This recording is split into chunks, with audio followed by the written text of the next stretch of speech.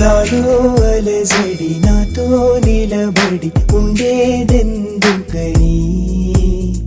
నాలో వేదన నన్నే కుడపగ నేరం ఎవరిదని, ఎదురుగా ఉండే మనిషిని నాదే అనుకుని నేనే మనసు పడి,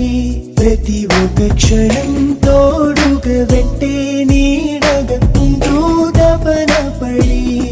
కలతలో కలగనగా